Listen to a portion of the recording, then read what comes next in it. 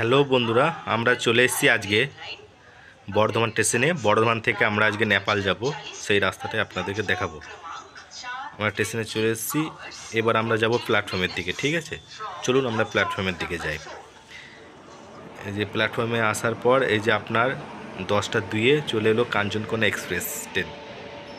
কাঞ্চনকোনা express ট্রেনে চেপে আমরা আজকে যাব নেপাল। এই ট্রেনে চেপে গেলে আপনার সবথেকে সুবিধা, আপনি ওই যে ঠাকুরগঞ্জ, তারপর গলগলিয়া, নকশালবাড়ি, বাগডোগরা, এইদিকে ট্রেনটা টপেজ আছে। আপনি ঠাকুরগঞ্জ কিংবা গলগলিয়া থেকে খুব সহজে নেপাল যেতে পারবেন, এবং ওইদিকে নকশালবাড়ি আর বাগডোগরায় নেমেও খুব সহজে ওইদিকে নেপাল যেতে পারবেন। আপনার ঠাকুরগঞ্জ আর নকশালবাড়ি নেমে কাঁকড়ভিটা বর্ডারটা পাবেন, ওইদিকে খুব সহজে ঢুকতে পারবেন। এবং গলগলিয়া এবং ঠাকুরগঞ্জ স্টেশনে নেমে এইখান থেকে আপনি গলগলিয়া যে বর্ডার আছে এটা দিয়ে যেতে পারবেন, নেপাল ঢুকতে পারবেন খুব সহজে। আমার S4 কামরায় সিট আছে, আমরা এখন উঠে যাচ্ছি। এই যে উঠে গেলাম, আমরা চলে এসেছি।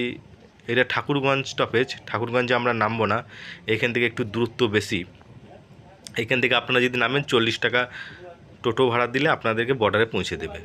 তা আমরা এখানে নামবো না, আমরা সামনে এরপরই আছে গলগলিয়া স্টেশন। গলগলিয়া স্টেশনে নামবো। ওইখান থেকে 20 টাকা টোটো ভাড়া দিলে আপনারা সহজেই পৌঁছে যাবেন। আগে গলগলিয়ার টপে যে ট্রেনটা দাঁড়াতো না, এখন দাঁড়ায়। আগে ঠাকুরগঞ্জে দাঁড়াতো, এখন গলগলিয়াতে ট্রেনটা দাঁড়ায়। আমরা গলগলিয়া স্টেশনে নামবো, ওইখান থেকে টোটো ধরে 20 টাকা নেবে টোটো, ওখান থেকে পৌঁছে যাব বর্ডার। ঠিক আছে, এই যে স্টেশনে ঢুকছে। স্টেশনে ঢোকার পর আমরা এই স্টেশনে নেমে পড়বো। এই যে স্টেশনে নামলাম।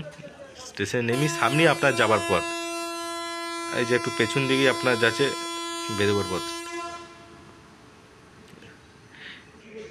এই যে গেটের দিকে বেরিয়ে সামনে টোটো পাবো, টোটো এখান থেকে টোটো ধরে নেব। ঠিক আছে, এই যে টোটো ধরার পর আমরা চলে এসেছি এই যে বর্ডারে।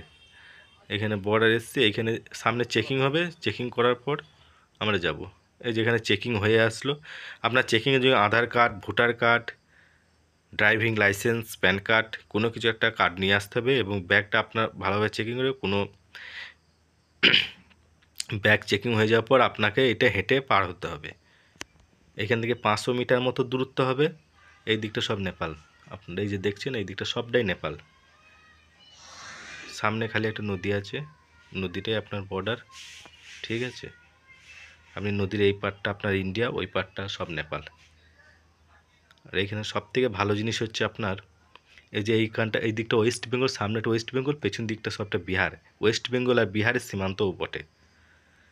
যে যাকে এই যে এই রাস্তাটুকুনি 500 মিটার আপনাদের হেঁটে যেতে হবে। এখানে অটো এবং টোটো চলার পারমিশন নেই। আর বাইক নিয়ে আসলে অসুবিধা নেই, আপনি বাইক নিয়ে ডাইরেক্ট ঢুকে যেতে পারবেন। মানে চেকিং এই দিকটা হচ্ছে আপনার ওয়েস্ট বেঙ্গলের রাস্তাটা নিচে দিয়ে যাচ্ছে। এই যে সামনে নেপাল পুলিশের যে পোস্ট আছে, ওখানে আপনার নেপাল পুলিশগুলো চেকিং করবে, তারপর আপনি যেতে পারবেন। এটা হচ্ছে মেচি নদী। এই নদীটার নাম হচ্ছে মেচি নদী। ওই যে এইটা হচ্ছে আপনার মেচি নদী ব্রিজ সামনে আছে, ব্রিজের উপরেই টোটোগুলো দাঁড়িয়ে আছে। এই যে টোটোগুলো দাঁড়িয়ে আছে, এইখান থেকে আপনারা টোটো করে চলে যাবেন বাস স্ট্যান্ডে। বাস স্ট্যান্ড থেকে আপনি বাসে চেপে যে কোনো সীমান্তে যেতে পারেন, নেপাল যে কোনো জায়গায় যেতে পারেন। সবথেকে ভালো, এখানে রিজার্ভ করার দরকার নেই। সীমান্তে এইখান থেকে খুব জোর হলে 1.5 কিলোমিটার বাস স্ট্যান্ড দূরত্ব, ওইখানে চলে যাবেন, ওইখান থেকে আপনার টোটো চেপে পড়বেন। Thank you. আমার এই ভিডিওটা সাবস্ক্রাইব করে রেখে দেবেন এবং শেয়ার ও কমেন্ট করবেন। Thank you.